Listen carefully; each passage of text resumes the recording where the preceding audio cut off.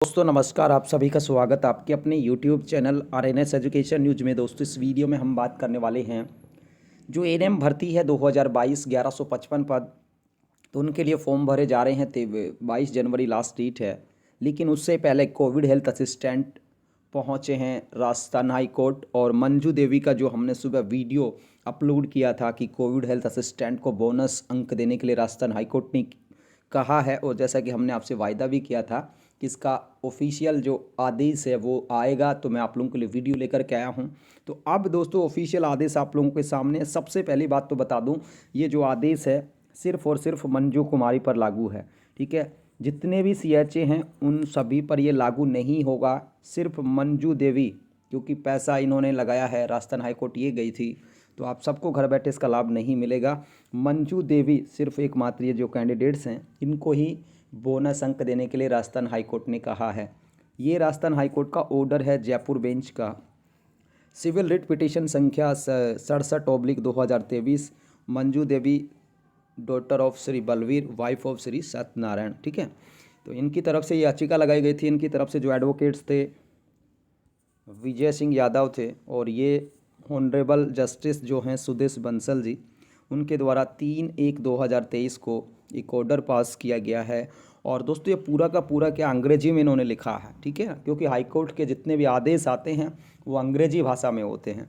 तो आपको समझाने के लिए हम बताएं, ये देखिए, council for petitioner state that petitioner process the diploma auxiliary nurse and midwife ANM and she was appointed wide order dated 26/7/2021। ठीक है, तो इन्होंने बताया है कि जो पिटिशनर है यानी कि याचिकाकर्ता है, उन्होंने एएनएम का डिप्लोमा किया हुआ है और वो 26/7/2021 को अपॉइंट की गई कोविड हेल्थ असिस्टेंट के रूप में। यानी कि इनकी जो अभ्यर्थी है मंजू देवी, इनकी ज्वाइनिंग है 26/7/2021 की, जिस वक्त पर ये कोविड हेल्थ असिस्टेंट की भर्ती की जा रही थी। ठीक है, और फिर उसके बाद इनको जो ज्वाइनिंग मिली थी वो यहाँ पर मिली थी दोस्तों, ब्लॉक चीफ मेडिकल ऑफिसर यानी कि BCMO, ब्लॉक छबड़ा। 12 ज़िले से हैं ये, छबड़ा ब्लॉक से। तो यहाँ पर इनकी ज्वाइनिंग हुई थी छबड़ा 12 में, और इन्होंने 26/7 से लेके और दोस्तों काम किया था 31 मार्च 2022 तक।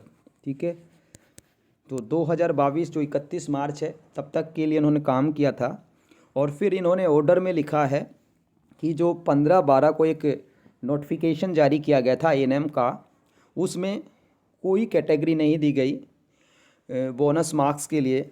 तो इन्होंने मांग की थी बोनस मार्क्स के लिए। ठीक है, यहाँ पर देखें आप लोग, not issuing experience certificate due to which petitioner is deprived to get the bonus marks heard issue notice to respondent. और ये लास्ट की जो लाइनें हैं दोस्तों, इसमें ये बताया गया है कि जो याचिकाकर्ता अभ्यर्थी हैं, रेस्पोंडेंट हैं, उनको ये सलाह दिया कहा जाता है कि पिटिशनर का जो प्रेस्क्रिप्टेड फॉर्मेट है, यानी कि जिस फॉर्मेट में आपका अनुभव प्रमाण पत्र बन रहा है, उस फॉर्मेट में उनको कोविड हेल्थ असिस्टेंट का प्रमाण पत्र दिया जाए अनुभव का, और shall be considered provisionally for the purpose of awarding bonus marks. ठीक है, अकॉर्डिंग टू प्रेस्क्राइब क्राइटेरिया। ठीक है, यानी कि कहने का मतलब ये है, कोर्ट ने कहा कि इनको बोनस अंक भी दी जाएं जो प्रेस्क्राइब क्राइटेरिया है उसके अकॉर्डिंग। यानी कि कोर्ट ने तो इनको बोनस अंक देने के लिए कह दिया है। अब बात कहाँ पे अटकी है, कृपा कहाँ पे अटकेगी वो यहाँ पर सुन लीजिए। कोर्ट ने कह दिया भाई इनको बोनस अंक दे दिए जाएं। ये यहाँ पे देखिए, अवार्डिंग बोनस। हो सकता है मेरी अंग्रेजी थोड़ी वीक है, तो कोई अच्छी अंग्रेजी जानता हो तो वो बता भी सकता है, बाकी मेरे अकॉर्डिंग तो ये चीज़ें हैं। ठीक है ना, तो अब कहाँ पे चीज़ें अटकी। अब देखिए, कोर्ट ने कहा अब विभाग इसमें क्या करता है।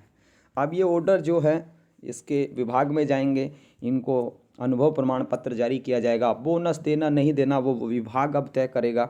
हो सकता है विभाग जो है इसका जवाब दे, ठीक है, कोर्ट में, और जवाब दे के कहे कि हम बोनस नहीं दे सकते या दे सकते हैं, तो वो आगे विभाग तय करेगा। हो सकता है कि इनको आगे ये जो प्रक्रियाएं जो होंगी फॉर्म भरने के बाद की वे लिस्ट वगैरह की उस टाइम पे जांचा जाए इनके अनुभव को। हो सकता है उस टाइम पे एलिजिबल नहीं माने, लेकिन कोर्ट के अकॉर्डिंग कोर्ट ने कहा कि इनको बोनस अंक दिए जाएं। ठीक है, जो निर्धारित परफॉर्मा है उसमें अनुभव प्रमाण पत्र जारी किया जाए, इनको अवार्डिंग टू बोनस मार्क्स। ठीक है, यहाँ पर देखें ये देख सकते हैं आप लोग।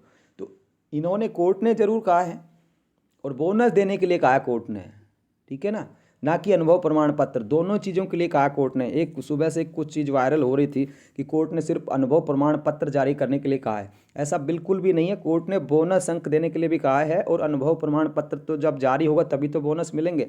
तो कोर्ट ने दोनों चीज़ें कही हैं, न कि एक चीज़ कही है। तो मंजू कुमारी अकेली एकमात्र महिला अभ्यर्थी CHA होंगी जिनको ये बोनस मार्क्स कोर्ट के आधार पर मिला है।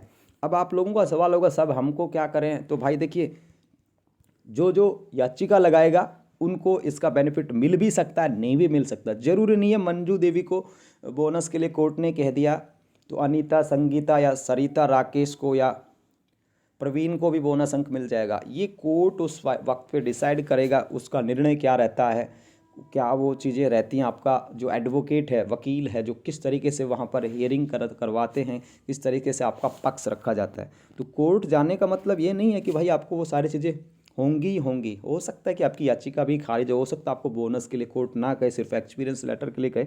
तो बाद की चीज़ें वो न्यायिक प्रक्रिया का एक हिस्सा हैं, उन पर कमिटमेंट भी नहीं करना चाहिए हमें। तो ये जानकारी थी दोस्तों। और बाकी मेरा तो स्पष्ट तौर पर ऐसा मानना है कि देखिए 28,000 CHA अभ्यर्थी थे, ठीक है। किसी ने 10 दिन भी काम किया, किसी ने 20 दिन किया, किसी ने 8-10 महीने 12 महीने किए। तुम 1155 पोस्ट या 1289 पोस्ट तुम निकाल दिए तुमने, और तुम इन पे बोनस मार्क्स दे रहे हो। बोनस मार्क्स देने हैं तो अच्छी पोस्ट करिए, ठीक है। इनके 10-10 12-12 गुना पोस्ट करिए। 12-13 हज़ार ANMs निकाल दो, 12-15 हज़ार तुम GNM निकाल दो, फिर दो बोनस। तब तो मज़ा भी है, तब तो सिलेक्शन भी होगा, CHA का भी होगा। लेकिन इतने से जो अंक हैं, मान लो इनको 10 अंक मिल भी गए, ठीक है, तो जिन ANM बहनों के पास 30 हैं उनकी बराबरी कैसे करेगी अभ्यर्थी? तो ये सारी चीज़ें एक तरीके से वो बोलते हैं ना, मिठाई देकर चुप कराने की कोशिश है। बाकी मुझे नहीं लगता कि ये सारी चीज़ें अगर ऐसी होती हैं तो ये भर्तियाँ पूरी होंगी। बड़ा क्लेश यहाँ पे कर दिया है चिकित्सा विभाग ने अपनी भर्तियों को लेकर के, और अभ्यर्थियों को रोने के लिए मजबूर कर दिया, इस तरीके सिचुएशंस बना दिए। धन्यवाद दोस्तों, फिलहाल के लिए इस वीडियो में इतना ही। जय हिंद दोस्तों, जय भारत।